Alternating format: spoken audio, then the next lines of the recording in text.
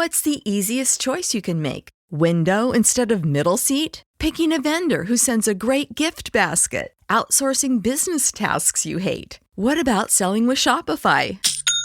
Whether you're selling a little or a lot, Shopify helps you do your thing, however you cha-ching. Shopify is the global commerce platform that helps you sell at every stage of your business. From the launch your online shop stage to the first real-life store stage, all the way to the did we just hit 1 million orders stage. Shopify's there to help you grow. Whether you're selling scented soap or offering outdoor outfits, Shopify helps you sell. Wherever and whatever you're selling, Shopify's got you covered. Sign up for a $1 per month trial period at shopify.com/try. Go to shopify.com/try now to grow your business, no matter what stage you're in. Shopify.com/try. With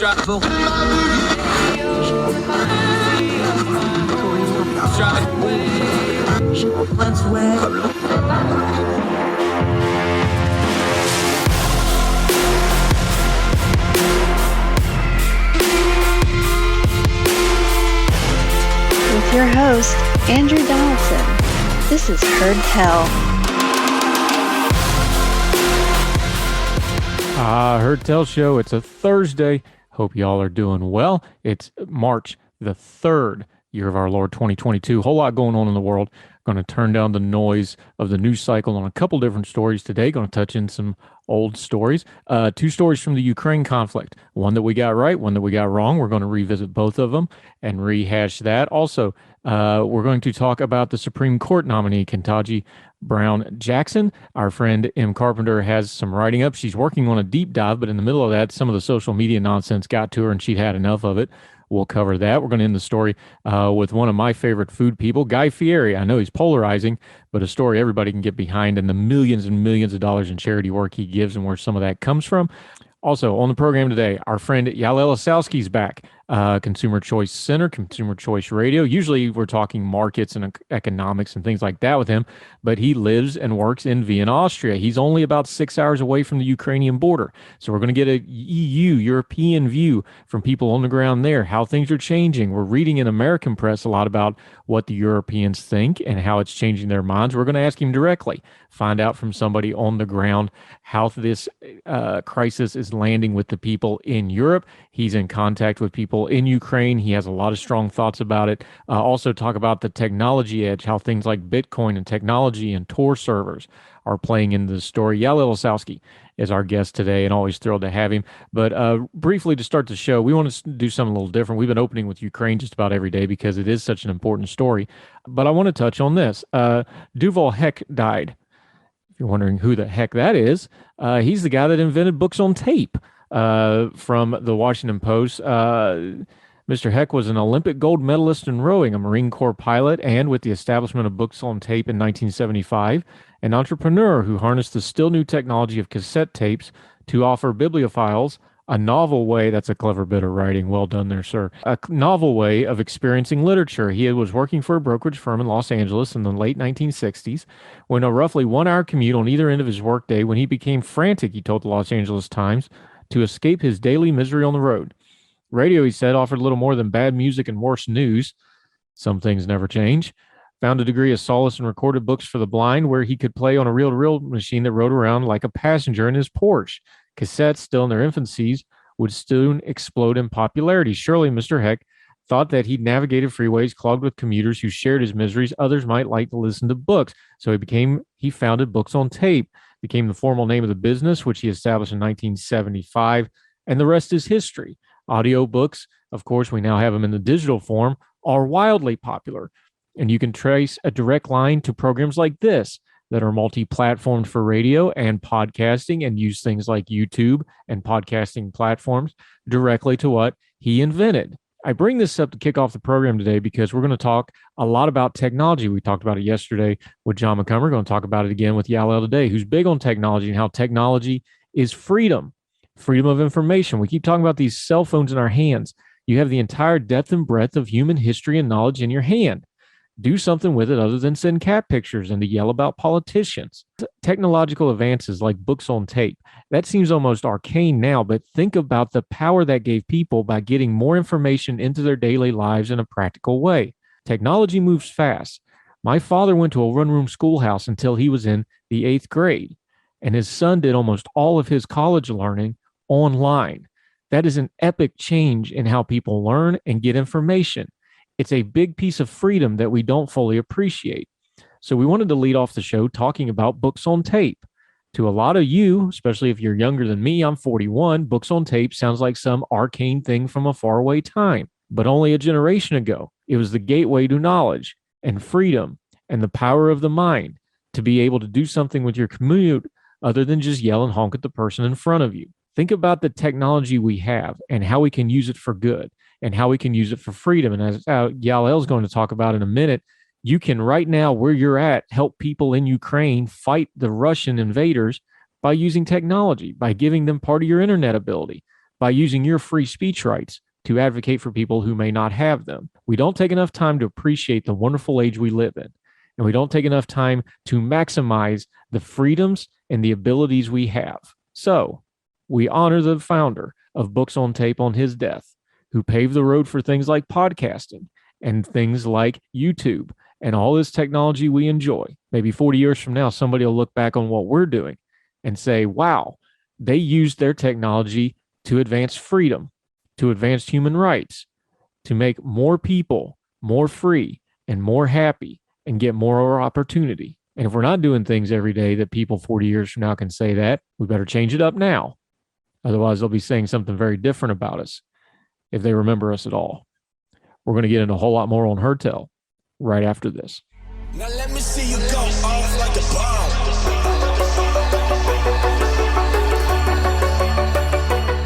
I want to update a couple stories of what's going on in Ukraine. We've been talking about it a lot, tried to talk about it just a little bit less today because it looks like events are unfolding where we're going to be talking about it for quite some time to come. But two stories I wanted to update.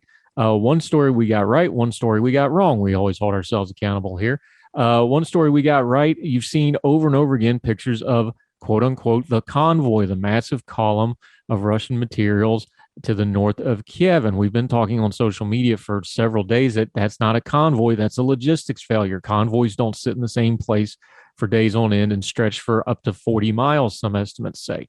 The Russian logistics suck. Now, I've been telling you, logistics make the world go round, and even more so in wartime. The Russian logistics have been an utter disaster in this campaign in Ukraine. Now, the Ukrainians are brave. They're fighting hard. They're doing everything they can, but the Russians are doing a lot to help them out. Their logistics are bad. Their comms are bad. They don't seem to have good command and control over their military and their army. All these things work to good for those defenders of Ukraine who are fighting off this illegal war crime, war of aggression that Vladimir Putin has unleashed on them. But we got that one right. Even U.S. intelligence officials are having to report on it now that column is stalled. It's not moving. It's not going anywhere. That's a logistics failure, folks. You can have all the fun, high-tech military stuff you got, but beans and bullets make it go. And if you can't figure out how to get it there, coordinate, and communicate, doesn't do you a darn bit of good. But a story we got wrong, along with a whole lot of other people. We were sharing it on social media. We didn't make a huge deal of it. We just kind of passed it on. But nevertheless, there was the famous story of the people on what was called Snake Island. The defenders of Ukrainian, the warship, we have the audio. The Russian warship told them to surrender. They told them to go F themselves. A great moment in defiance, but it was reported they were all killed. It looks like they were not killed. They were all alive. They were actually captured. These sorts of things go to tell you, though, that you have to be really careful with the fog of war. Again, we're not on our social media promoting a lot of the viral videos, things like this, because remember, the Ukrainians were on their side. We want them to win, but they're also putting out propaganda. And I don't blame them. If I was them, I'd be doing it too. But you got to be discerning here. Russians are doing propaganda. Ukrainians are doing propaganda. And there's a lot of third-party people using old footage and other things for their own means to try to drive this story. So just be aware. Use discernment. When you get things wrong, it's fine. Just say, hey, I got that one wrong. I knew what I knew then. I know something now, and we adjust. That's how grown folks handle things. But those two stories are emblematic of what we're going to be dealing with for a couple months probably in Ukraine and the aftermath. Make sure you get the story right. Make sure you discern it, and then come back and cover it. We don't do drive-by here. We cover a story, then we come back and make sure we got it right. We'll do more Hertel right after this.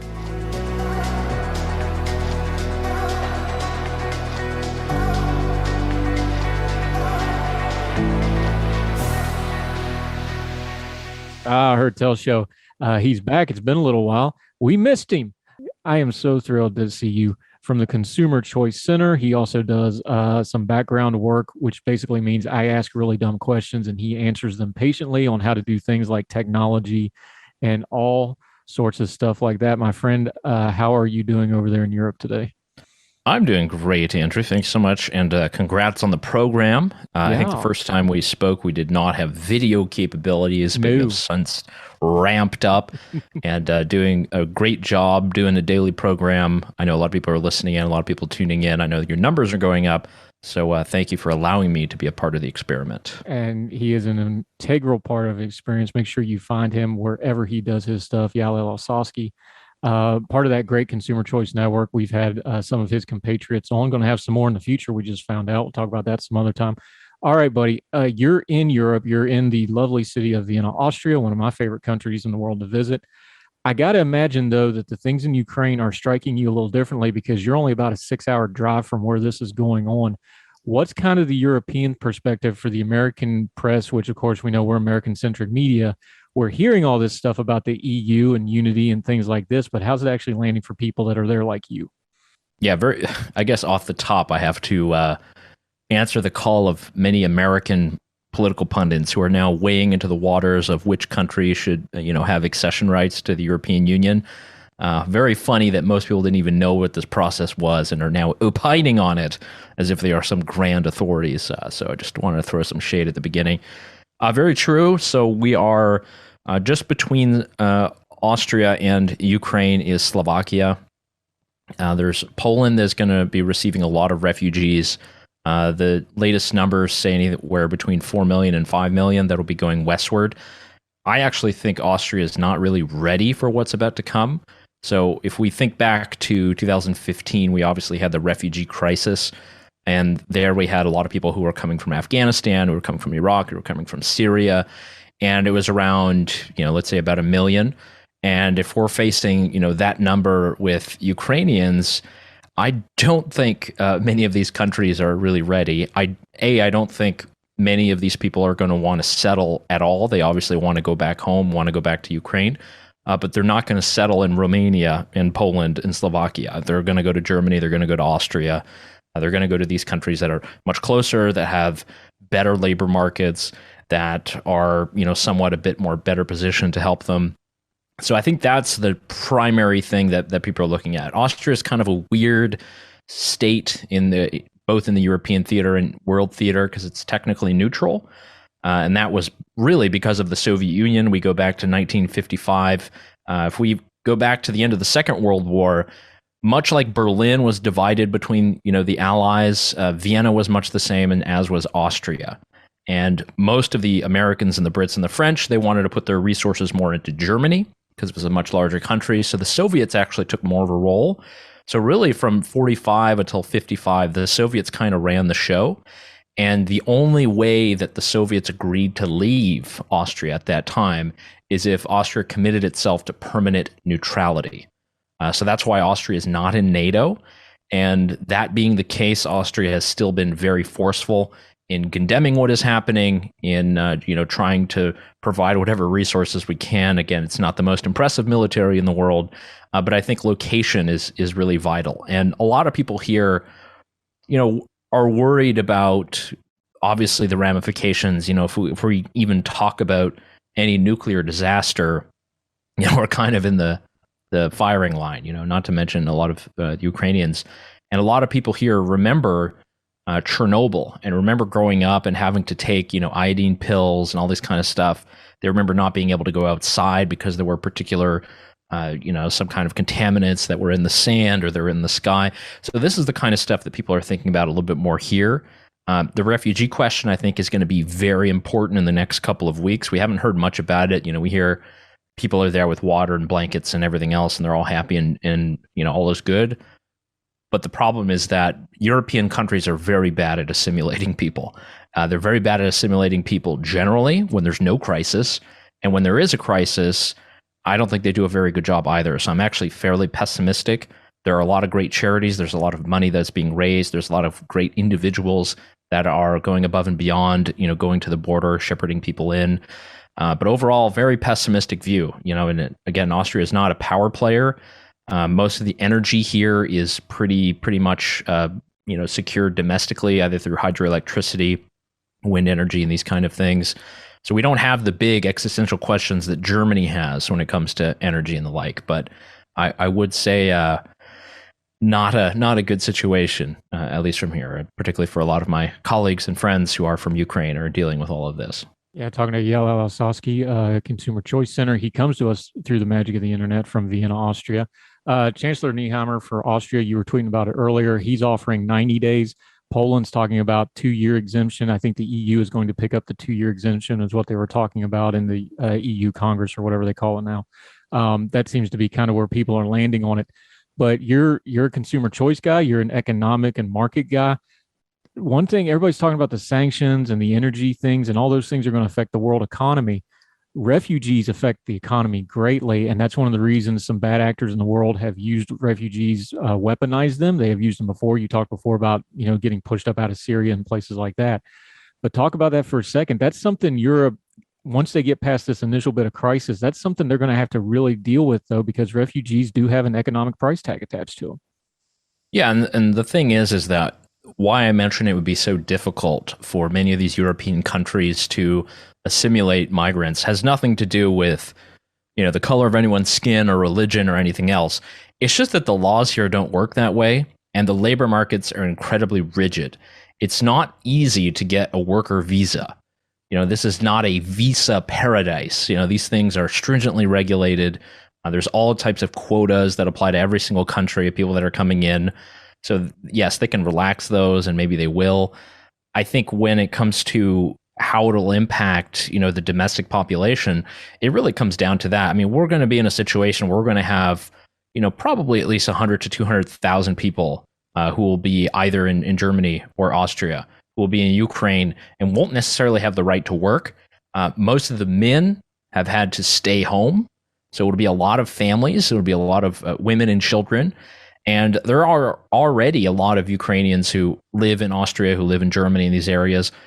Some of them do have residency permits, others don't. So they work in what we call the black economy. The Indians call it black money, but those who basically just doing cash jobs, working at restaurants, cleaning houses, everything that we assume a lot of Latin American immigrants do in the US.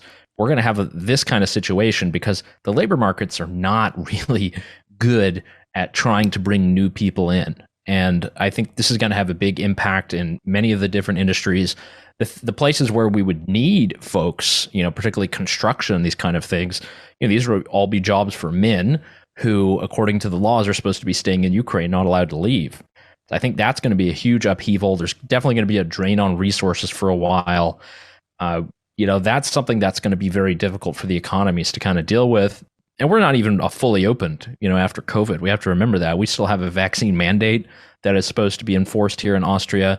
Some restrictions still apply in many places. I'm still wearing a mask everywhere I go. So there's a lot of different things that are going to make it difficult for us to spring back. I do, however, believe in the goodwill of people. There's a lot of private people who are dedicated to sponsoring refugees who might be coming, which is, I think, one of the better solutions that we can have here. But we got to open up our labor markets. We got to have them more flexible, allow people to come, not just come, but also be able to work, be able to earn a living, because otherwise they're just, poor refugees and can't do anything. And my family is, we had a history of that as refugees, and I'm sure everyone has a story like that in their family. Yeah, it's good to start with the refugees because I want to put the human interest onto the politics, but we do have to talk about the politics of this stuff.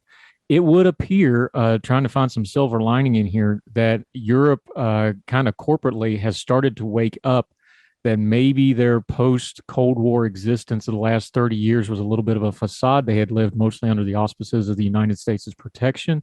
Germany, of course, your neighbor to the north that Austria is always kind of attached to the hip to. An amazing speech by Olaf Scholz that pretty much overturned 30 years of German policy, for lack of a better way to put it. Increasing spending, $100 billion infusion into the military. France is talking about it. Britain's talking about changing their EU commitments. There's a real tidal shift going on right now. We'll have to see if it lasts, but politically, Does it feel on the ground there that this really is kind of a turning point of, okay, Europe is going to have to start looking to take care of itself defensively? I think there's a lot of virtue signaling on that. I don't know if there's the huge shift that's needed. Germany going up to 2% is, I hate to bring him in, the ghost in the room, but it's what Trump was calling for a long time. It's what a lot of U.S. military experts have been calling for a long time. And it's just very much true. And I know that you've experienced that the whole point of NATO was to keep Germany down and to keep the Russians out. And, what we've done so far with this project, it really has been pretty wayward. And there hasn't really been a focus. There have been some of these things that happened in the Balkans. There were some interventions there. But a lot of Europeans just didn't know what it was for. I mean, there were talks about a common European EU army a few years ago, and it was sort of laughed off because nobody saw that there would be an enemy in sight. And if there was an enemy in sight, we could pretty much guarantee the U.S. would take care of it for the Europeans. But now they realize that, everyone's they have to look out for their own interest. And these blocks, the political blocks, whether it be the European Union, whether it be NATO, I mean, all these things are just pieces of papers and small agreements. But as soon as land is taken, there's still an active war that's going on between Cyprus and Turkey and Greece. There's still kind of all these conflicts that have been going on between Macedonia and Greece. All on paper, everything seems, hunky-dory, but many of these countries are realizing that they've been putting all of their money and all of their citizens' hard-earned tax dollars into healthcare systems, into pensions, and that's why, a lot of European countries are very high on these lists of best places to move to and best social systems. But that really comes at the trade-off that they don't have the money in defense. They don't have that at all, and they certainly don't have the training and the technology. And a lot of it is just reliant on American military and might. And we saw what happened with Trump. You can only imagine in maybe 10 years from now, we'll have something that's, a Trump 2.0 who will go to the next level. We'll say, well, if you're not paying these bills, we're just going to move. We're going to take all of our troops out of Germany. We'll take all of our troops out, from across the continent and refocus, go somewhere else. Yeah, talking to Yael Ossoski. We're going to take a quick break. When we come back, we're going to continue to talk about the crisis in Ukraine from a European perspective. Going to talk about how technology has affected this. He's been tweeting about that. It's one of his bailiwicks. He explains things in technology that I don't even know exists. So he'll explain that to me like I'm five. More with Yael Ossoski right after this.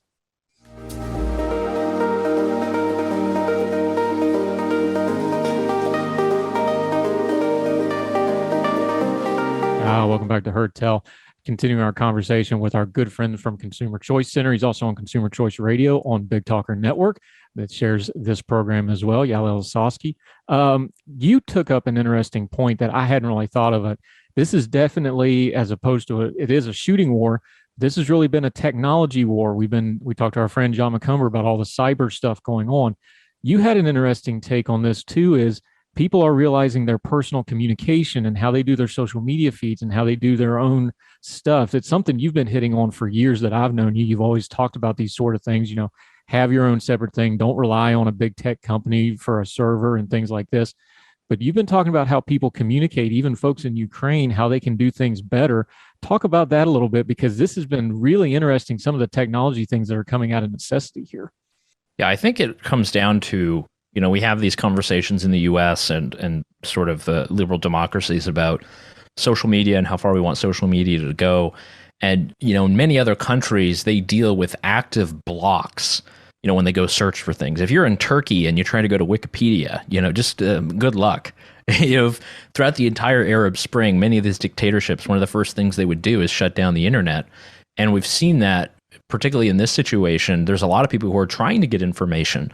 There are a lot of people who are trying to get information, not just in Ukraine, but also in Russia. We don't have the most active polls of how much of the population supports what is happening, but there are a lot of people who are dissidents and would like to follow the actual information. And the Russian state has been very active in shutting down platforms like Meta and Twitter and really trying to develop as many blocks as possible. And I can only assume they're trying to do the same in Ukraine. So one thing I've seen a lot of people start doing are deploying these Tor nodes. So Tor project is sort of an encrypted layer, of the internet called the dark web. It's a project that was developed originally by U.S. government, the Naval Observatory. And this has allowed for people to connect to the internet anonymously. It's something that Edward Snowden talked a lot about in his book, actually, that he was running nodes. Running a node just means you're running a sort of a section of the network on your computer and on your internet connection. So what I've kind of done, along with a lot of other people, is provided my internet connection to a lot of the people who are in Ukraine and Russia that are trying to get a lot of this information. So that's one thing. I think that's happening a lot more. And it really comes down to using these decentralized services. And we're going to be a lot more reliant on them because we have to realize we're only, a crisis or two away from large companies that are online, social media or whatever, from being shut down, either because of force or because of government regulation and whatever is happening in Russia. I think a lot of American politicians are kind of drooling to see the amount of power that they have over the internet. It's not popular to say that. I think it's true because it comes down to information and control. And the more decentralized that we can have our networks and work online, the better information that we can get. There's so many great Telegram channels. Telegram is a great app that was created by a Russian dissident that a lot of people are using to get information and share videos, something that's encrypted. People have been able to use that. People are using things like Mastodon servers, which are like decentralized Twitters, to be able to share information and post and not be afraid that they're going to be shut down or canceled or have something deleted.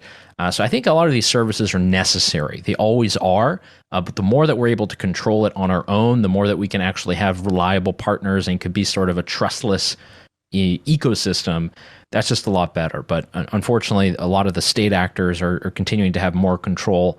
And we're seeing that today in Russia. And I think that's why people should be very vigilant and should take as much as they can and try to host it themselves. See, I want you to talk about it because you always, your whole thing is consumer choice, the free market, the open market. I think, and I'm guilty of this too, and I'm sure you are too, we tend to talk about this stuff in the abstract a little bit too much. We talk about things like, freedom of speech and technology and, personal accountability for what you're doing.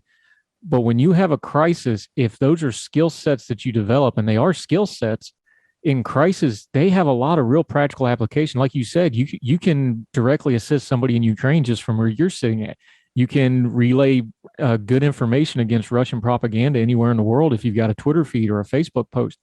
I think this is a good life lesson on this technology stuff of like, yeah, we talk about it politically and culturally, but there's a lot of practical application if you stay on top of this stuff. And then when the crisis comes, you're actually better prepared to meet it.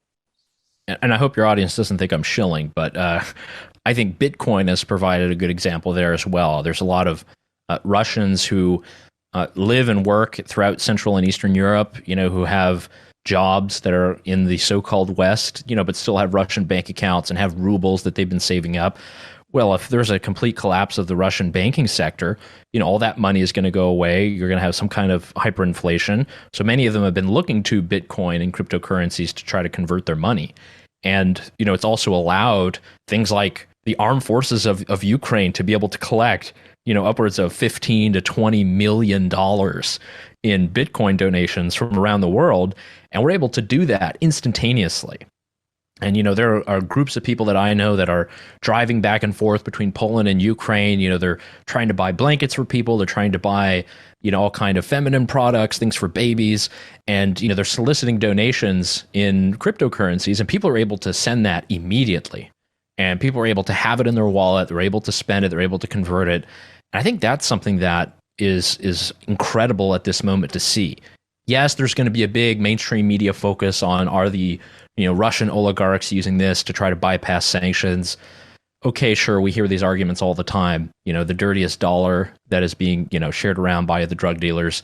But we have to think about ways that we can promote value. And one argument that I've seen from a lot of tech people is, we all want to be there. We all want to help. We want to have our particular skill be used in some way to help the people in Ukraine. But oftentimes the best thing that you can do is work more and take that surplus and donate it to a good cause of people who are already doing something very good, who are already being very effective. And oftentimes that's kind of the mantra of the effective altruism movement. People can actually be more impactful doing that than changing their profile picture. Yeah, Yael Ossoski, Consumer Choice Center, joining us. You brought it up. I was going to ask you anyway, so you teed it right up, though. I'm more skeptical of Bitcoin than you are. We've had those conversations. It's not from your lack of effort. You keep trying, bless your heart. But I think it's unfair. Some people are bringing up, well, the Russians will just move everything to Bitcoin. That's not really how that works, though. You can defend the medium here a little bit because, like, we know most of the really bad, dirty money from the Russian oligarchs, most of that goes through somewhere like London. The UK is talking about cracking down on that through the London monetary system or the English monetary system. They can't just go grab that and immediately move it to Bitcoin. That's not how this works. Do you want to answer that criticism a little bit? Because I've seen a lot of that even in mainstream press of, well, they'll just hide it all in Bitcoin. That's not how this works, though. Yeah, I mean, the thing is it's sort of, it's what we call this pharmaconic problem, is that you have these on-ramps to cryptocurrencies and Bitcoin. You know, how do you get your US dollar, your euro, your ruble into a cryptocurrency? And today there exists many payment providers, exchanges, brokerages where you can do that. But often, and if not every single case, in order to get that money from fiat to the cryptocurrency, you have to provide your information. You have to provide a photo. You have to provide your street address, and you'd have a verification. You know, you have all these steps that any of the Russian oligarchs, they're already on these lists. There's no way they're getting past that. Now, if they're using fake identities and passports and all of this, you know, they would be doing that anyway at a Swiss bank, you know, or whatever it might be. So I'm not too concerned about that. I think that is more a red herring that's thrown up as a way to say that, you know, we should not embrace this digital system. But, you know, this is an entire ecosystem of decentralized digital cash that people are able to send, people are able to receive.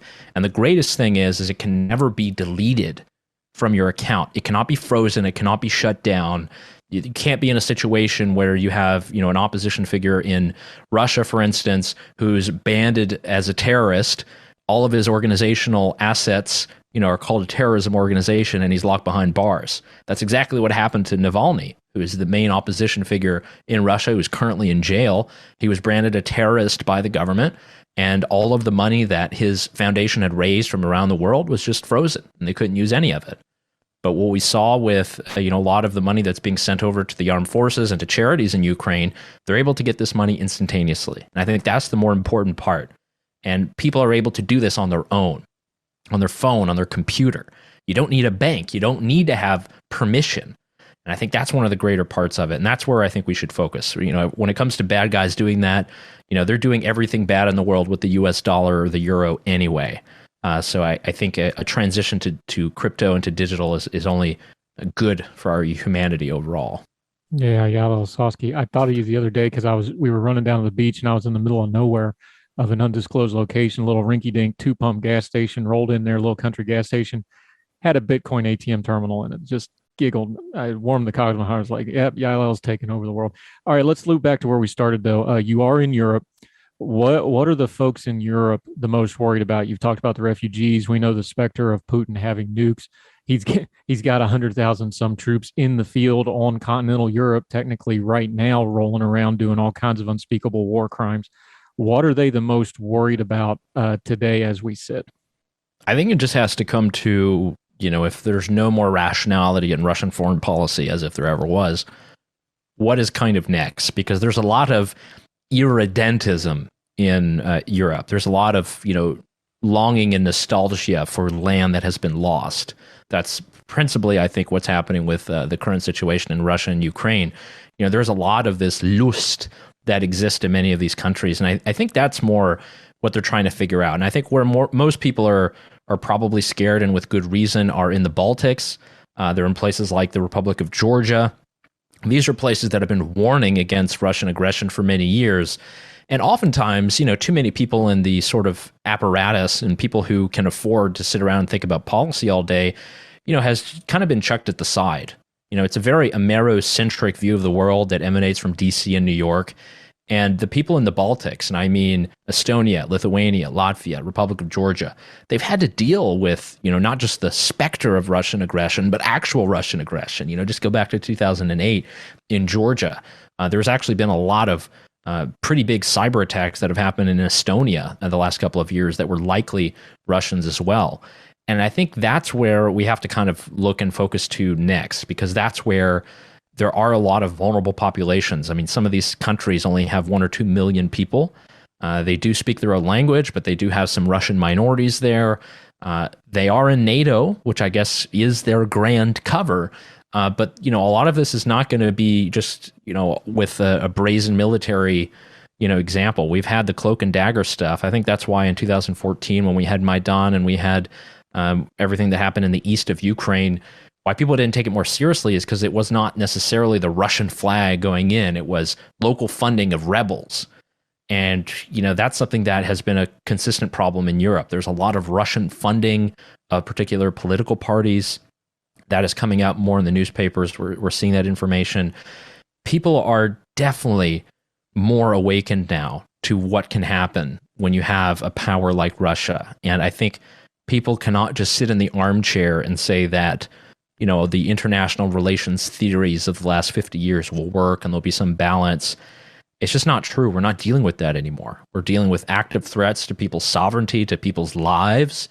And the more that we can do to inform people, I think that's number one. Because most people don't know what has happened in Estonia. Most people don't know Lithuania. Most people don't know that these countries, that they've only been around since the fall of the Soviet Union, these are proud, independent peoples. And the second that we allow any kind of Russian operation to trample over their borders, yeah, that's a stain on humanity. That's not to say that we know exactly where U.S. troops should go or if that should be the policy response, but at least be open to hearing these stories and at least be open to knowing that there are threats that exist in the world that are not directly the cause of U.S. agency. All of these other peoples, Ukrainians, Latvians, Lithuanians, Estonians, they also have agency.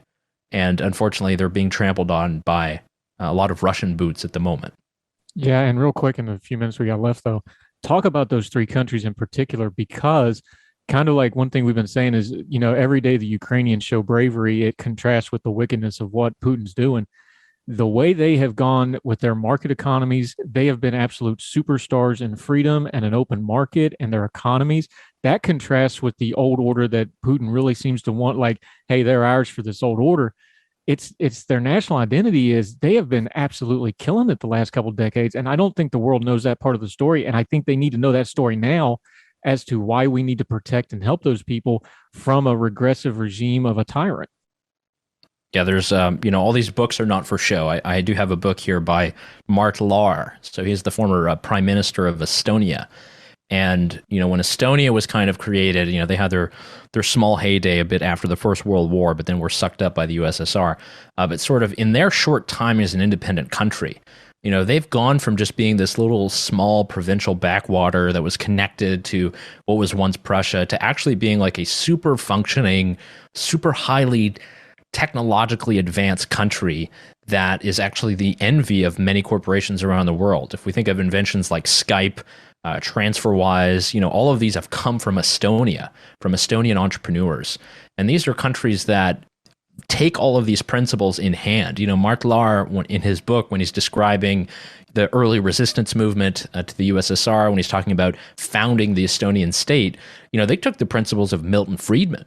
He openly says that, and they instilled them into government. And he said, we're going to make the people free. We're going to make sure that the state is not too big, give people the incentives to create value for people, allow entrepreneurs to heed the call. We don't need to have government to do that. And that's been the message in Estonia. It's been the message in Lithuania. And it was the message in the Republic of Georgia for a long time, until fairly recently when elections have changed and now they're more pro-Russian politicians. But all of these places are, I tell you, they're often more committed to American principles and to, free enterprise and entrepreneurship than definitely the normal political narrative in the United States. These are places that people are very proud to say that they're free, that they have liberty. And that's not just social freedom, it's also economic liberty. And they provided us with great examples. Estonia used to be, again, it's just 1.2 million people, something very small. But the average salary is getting up there. And this is a place that is not poor anymore. The people are doing well. And I think they provide a good example of the entire reason why we have freedom in the first place, why we have constitutions, why we have limited governments. It's so that people can flourish. And that's where they've been flourishing the most and the best, at least in the last 30 years. What a concept. Freedom, and let people have a little bit of freedom, let them self-determine, and good things happen. Works every time they try it. Yael Ossoski, Consumer Choice Center. Let folks know where they can find you. You can follow her. Your excellent radio program, all the great work Consumer Choice Center does. Y'all are everywhere now. Every time I turn around, it's like somebody else got added to the Consumer Choice Center. Let people know where to find you and where to follow you, my friend. Yeah, sure. Or at consumerchoicecenter.org. I'm over there on the Twitters at Yael OSS. And, we're playing stuff on the radio. We got our podcasting. And very soon there for Heard Tell Radio, I'm going to set you all up and be sure you get your Bitcoin stuff so that people can donate to the program. If they enjoy the value that they're getting from you, Andrew, they'll be able to donate a little bit. So I'll get you set up soon enough. I knew you were going to backdoor that on me, but that's fine. I appreciate it. And publicly thanking you like I always do. You have done a world of good. When I had to learn how to do all this stuff from scratch, like how to do video, how to do audio. You were there for me. So this program doesn't happen without you, good sir, and I look forward to having you back on it real soon. Merci beaucoup. Yeah, and then you go multilingual on me too. Thank you, sir. Appreciate you. All right, all the best.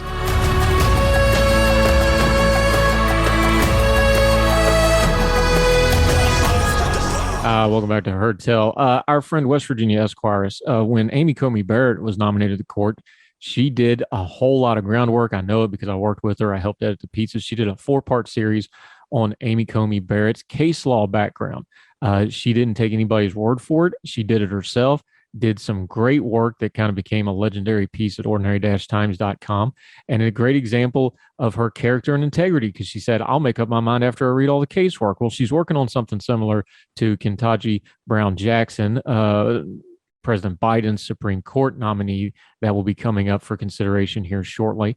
But she went in her Wednesday Writs feature at ordinary-times.com, now available. Please go read it. I'm going to read a piece from it because she took a piece of social media that I've seen from other places as well, but this is one example where somebody tweeted this. They said, Biden's SCOTUS pick represents terrorist suspect as a public defender. Representing suspected terrorists as a public defender? Really? That's the criticism? But West Virginia Esquires, our friend Em Carpenter, she wrote it this way. She said, so there's that. What is that? The fact that she performed her duties as an officer of the court by upholding constitutional guarantees to the right of counsel? Judge Jackson was a public defender. It was her job. She likely had no or little say in the cases she was assigned, but even if she did, or even if she took the case for a fee as private counsel, so what? I was not part of a public defender's office, but I was on the appointment list as private counsel willing to represent indigent clients. I also accepted cases privately for retainers. In both capacities, I defended criminals, guilty criminals. I had some clients I truly believed were innocent, and I knew some for a fact that were not. I represented accused child abusers and rapists and even a few alleged murderers. I never felt a shred of guilt about it, though. Some friends and family opined that they can never, with guffaws, and I would often see as an accomplice by complainants, victims, and law enforcement. I felt I was doing some of the most noble work in the legal profession. I still feel that way about criminal defense. Some lawyers during their careers, reading from Em Carpenter and ordinary-times.com here, find themselves as the mouthpiece for some seriously repugnant people. Just imagine that you somehow find yourself charged with the most heinous, disgusting crime you can think of. You're the accused in a case that made the front page, the type of the case promoting a mob of torches and pitchforks outside the jail calling for your immediate hanging. Only thing is, you didn't do it, or it was an accident, or any of 100 possible mitigating things. The public doesn't know that or care to hear that. All that matters is that you're accused of this horrific crime, and all they want is you under the jail for it.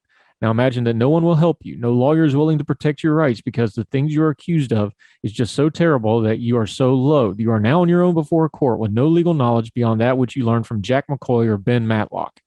You have no way to call witnesses, to point out that the prosecutor is breaking the rules, or any ability to investigate your own case. You are a fish in a barrel, and all the guns of the legal system are pointing at your head with no one to help. That is apparently the way this tweeter thinks things ought to be. I retweeted this nonsense, not with incredulity, and had at least one response in favor of his dumb tweet. Quote, she's a political activist in robes, the tweeter said. I asked for examples from Judge Jackson's body of work. They had none, which is not surprising, since although they thought she had no judicial experience beyond her short stint on the Court of Appeals. But it's what he'd heard, you see. And she's a minority and she was a public defender, so it must be assumed she's a liberal political activist unfit for the bench. Judge Jackson's service as a public defender, even for a suspected terrorist, does not make her unfit to sit on the bench. In fact, in some ways, it makes her more qualified to do so. as her already seated colleagues. She fought in the dirty trenches where corporate lawyers and law professors and in-house counsels and law clerks fear to tread. Is Judge Jackson otherwise suited for the job? I don't know. I'll let you know when I'm done shifting through hundreds of opinions to try to get a read on her. But if she isn't, Judge Jackson's representation of unsavory clients is not why. That's our brilliant friend, Em Carpenter. She's at West Virginia Esquires on the twitter.com, writing in her Wednesday Writs legal feature at ordinary-times.com. Go read the whole thing and look forward to her breakdown of Ketanji Brown Jackson. Also, her deep dive into Amy Coney Barrett, well worth your time. It is linked in the piece. More Hertel right after this.